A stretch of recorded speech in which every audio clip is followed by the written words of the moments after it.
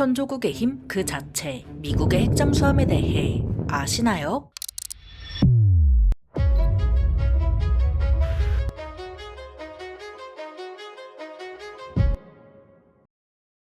안녕하세요. 지식 스토리입니다. 이번에는 세계를 멸망시킬 수 있는 힘, 미국의 핵잠수함에 대해 알아볼 텐데요. 드디어 우리나라도 보유할 수 있게 된 핵잠수함은 강대국들만 보유하고 있는 무기의 끝판왕으로 바닷속을 무제한으로 누비며 핵미사일까지 쏠 수 있는 괴물 그 자체입니다. 물론 우리나라가 보유할 수 있게 된 핵잠수함에는 핵미사일까지는 장착할 수는 없지만 바로 앞바다 깊은 곳에서 북한을 무제한으로 감시할 수 있다는 점에서 정은이가 밤잠 설치게 하는 데는 충분합니다. 이런 핵잠수함은 핵미사일 유무에 따라서 공격원잠과 전략원잠으로 나뉘게 되지만 가장 핵심이 되는 것은 누가 뭐래도 원자로인데요. 세계 최초의 원자로는 원자폭탄 프로젝트로 유명한 맨해튼 프로젝트에서 만들어진 시카고 파일 1이죠. 시카고 파일 1을 시작으로 미국은 원자로에서 핵물질을 얻어 원자폭탄을 만들었고, 그렇게 만든 원자폭탄을 세계 최초로 히로시마와 나가사키에 투하하면서 그 가공할 위력을 전 세계에 보여줬습니다. 소련은 첩보활동으로 맨해튼 프로젝트의 성과를 가로채 원자폭탄을 만들었는데, 그렇게 미국과 소련 모두 핵무기를 보유하면서 냉전시대가 열리게 됩니다. 냉전시대에 미국과 소련은 어떻게 하면 상대보다 더 핵무기를 빠르고 정확하게 배달할지 고민했는데요. 그러던 1954년 미 해군에서 세계 최초의 핵잠수함 노틸러스함이 진수했고, 1957년에는 11만 1120km 항행 기록을 돌파해 핵잠수함의 위력을 전 세계에 널리 알렸죠. 노틸러스함은 시대가 시대인 만큼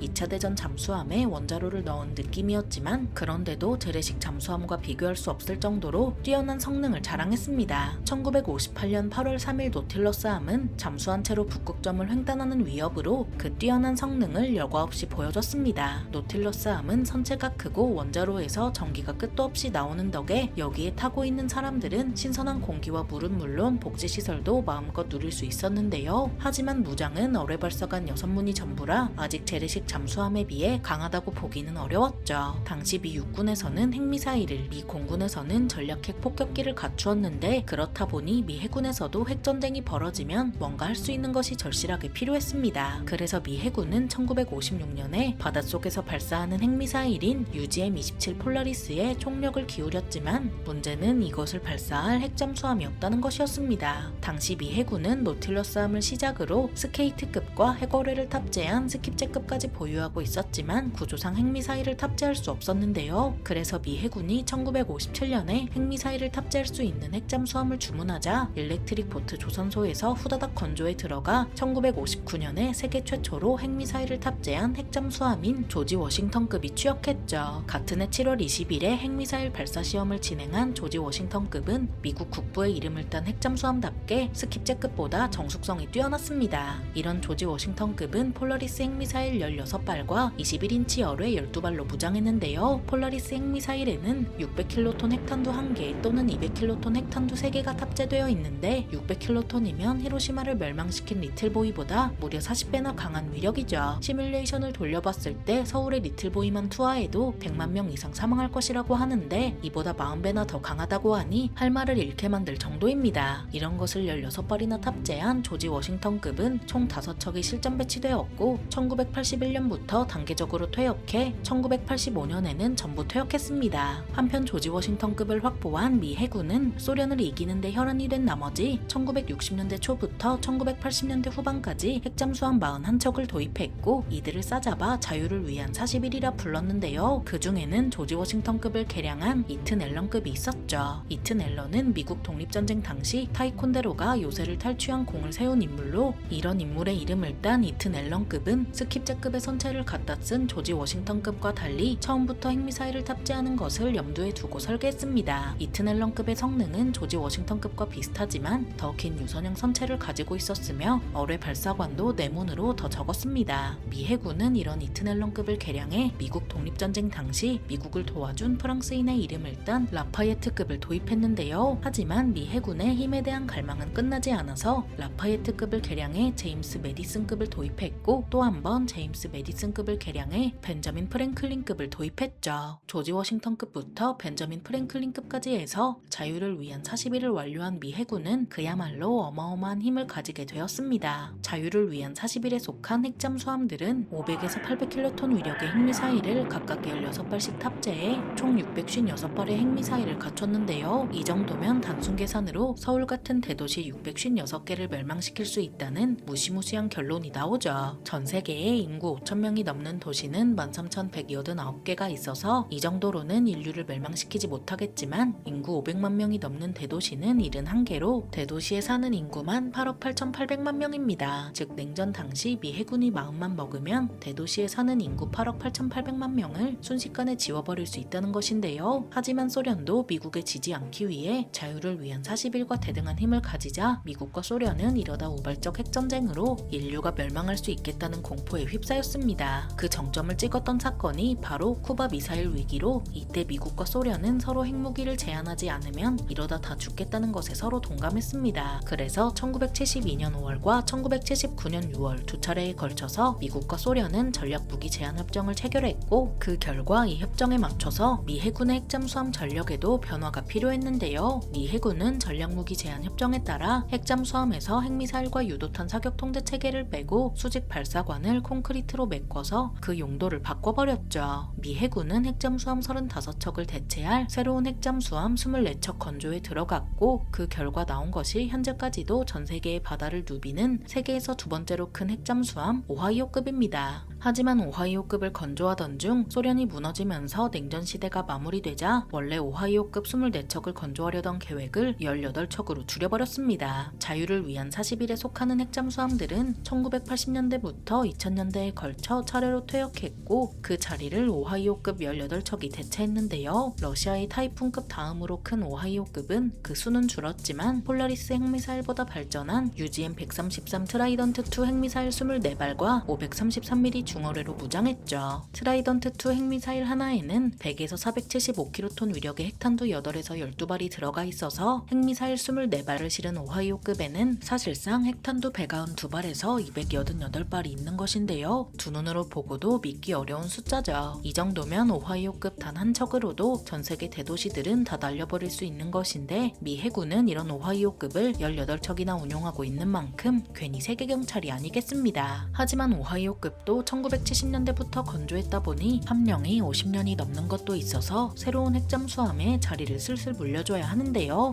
미 해군은 2012년 오하이오급을 대체할 새로운 핵잠수함 12척을 건조해 42년 동안 운용할 계획을 세웠고 그렇게 2029년 3월 첫 취역을 목표로 컬럼비아급을 건조하고 있죠. 아직 컬럼비아급은 전력화되지 않아서 현재 미국 핵잠수함 전력은 오하이오급 18척과 핵미사일을 탑재하지 않은 시울프급 3척, 오하이오급과 함량이 비슷한 로스앤젤레스급 23척, 시울프급을 대체할 버지니아급 25척으로 구성되어 있습니다. 하지만 러시아는 이런 미국의 핵 전력에 포세이든 핵추진 수중 무인기를 탑재한 파바롭스크급을 공개하면서 도전장을 내밀었는데요. 여기에 중국이 낄 수 있는지는 모르겠지만 핵잠수함이 실전에 투입되는 일만은 없어야 하겠습니다. 깊은 바다에 숨어다니는 괴물, 미국의 핵잠수함에 대해 알아봤는데요. 영상이 유익하셨다면 구독과 좋아요 부탁드립니다. 감사합니다. 지식스토리였습니다.